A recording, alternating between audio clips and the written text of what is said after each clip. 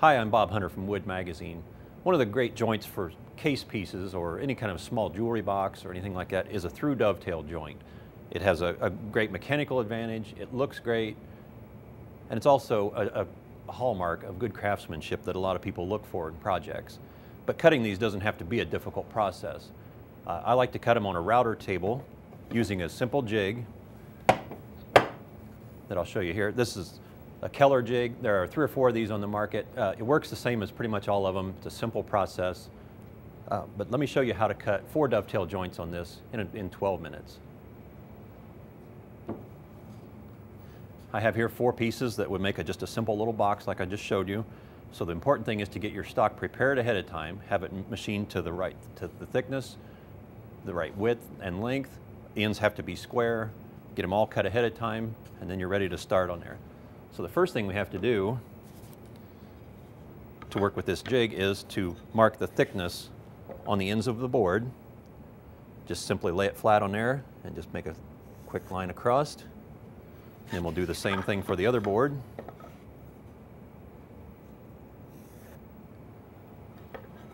Done. Now we need to find the center point of this board. This will help us align it on the jig. My board is 4 1/4, so I want to mark 2 1/8. There's my center point. Okay. Now on my jig, I've taken the liberty of scribing a center point on one of the fingers. I'm going to cut the tails first, so I'm starting with the tail side of the template. So I've scribed a center line, and then I marked it with a little bit of yellow highlighter just so I can see it easier. So what I want to do is put my board, this is the tail board, I want to line it up so that my center point is right on that scribed line. And then I just want to clamp it to this jig.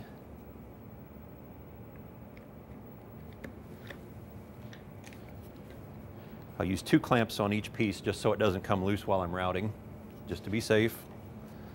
Now I want to put a stop block on here against the side so that I can do repeated passes and make sure that every one is exactly the same. So clamp your stop block in place. That looks good. Okay, I've already installed my tail cutting bit in the router. Now I need to bring it up and set the right height.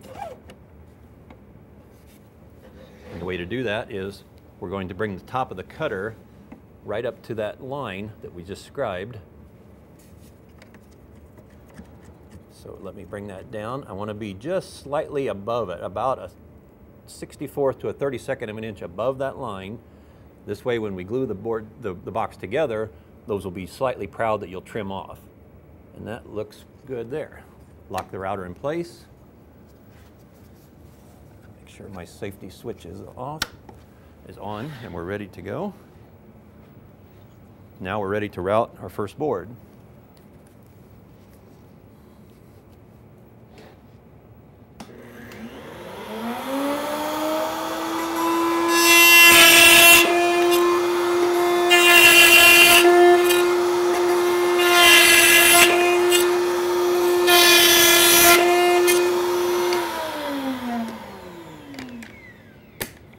Now just flip the board around like this, do the other end.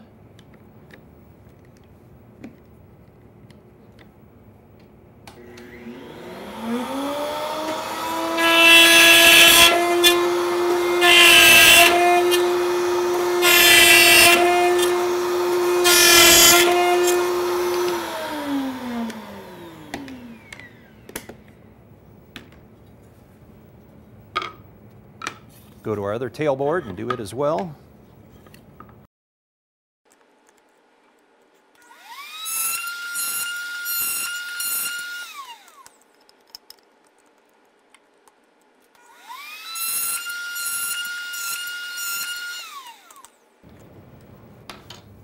Okay, now we're done with the tail boards. So let's take our stop block off.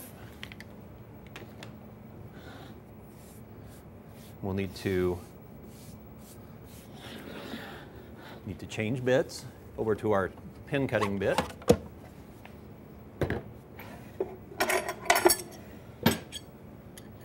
Incidentally, if you're making more than one project, go ahead and cut all your tails while you've got that set up in place. It's easier to adjust it when you're doing the pins than it is to go back and set up the tails again.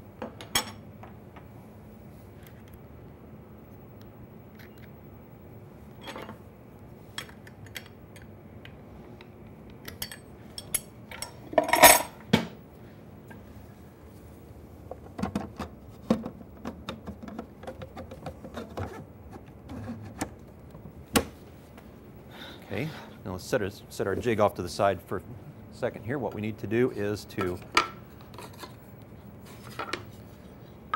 take our board that we marked earlier, our pin board. We're going to take the tail board, set it right on here to mark the location of the pins so that we know where to align those. Holding it flush with both edges, just simply make a couple of marks right here.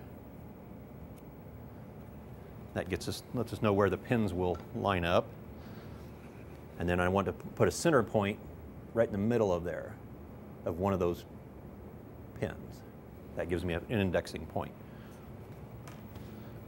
Now let's go back to our jig. Now we're cutting from the pin side of the template where the fingers are angled. And again, I've got a scribe line on one of the fingers. So I want to take that center mark that I just made, and I want to line it on there.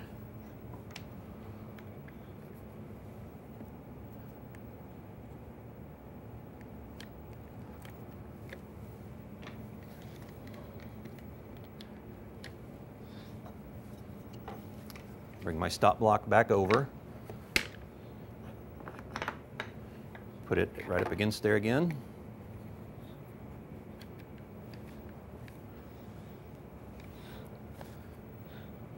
Now I need to set the height the same way again. We're going to go right to just slightly above that line that we scribed. The cutting edge right up there.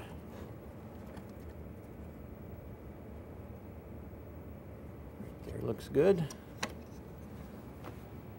Okay.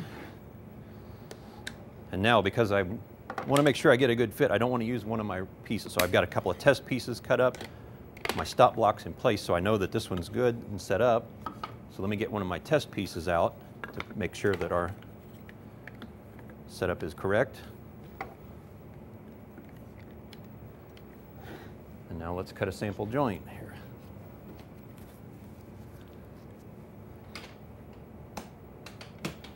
Forgot my safety switch.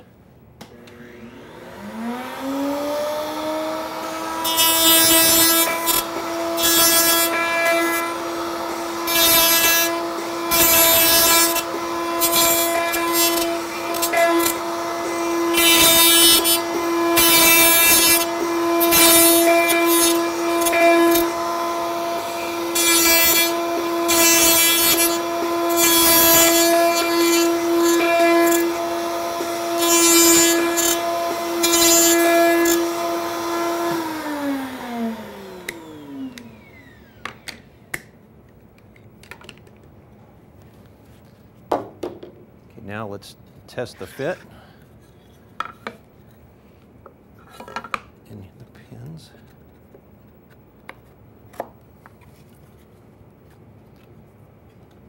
Don't worry about any little snags that are flying off. You can sand those away later. And that looks like a perfect fit. They're just a little bit proud that we'll trim off later. Looks like we're good to go. So now let's set up and do our pin boards.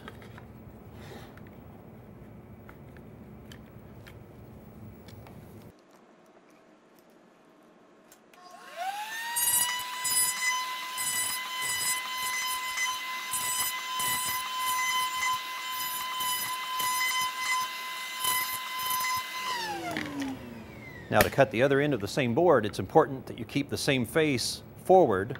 Just flip it over, put it against the stop block, because your pins have to angle the same direction.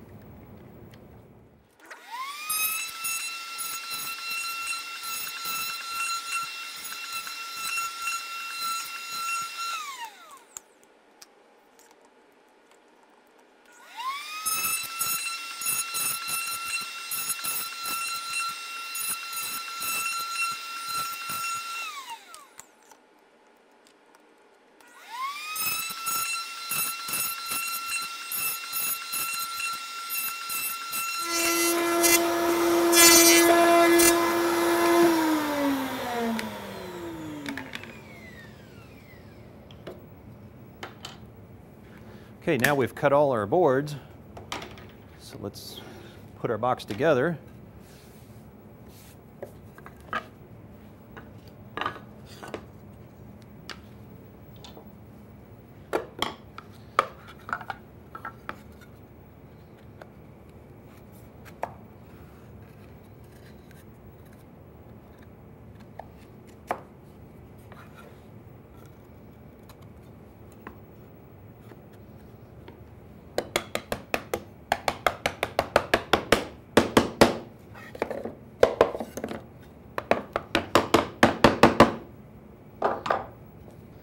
And there you have a nice dovetailed jointed box, all lined up and cut perfectly. Now, before you would glue this up, of course, you would take it apart, sand the inside surfaces, cut the slot for your bottom, or however you're going to do that. Get all that done, then you would glue it up and continue on with whatever piece you're making. The beauty about these kind of jigs is that they work great on a router table, but you can also use them clamped in a vise with a handheld router. Very simple, very quick. Just zip them out and you're ready to go.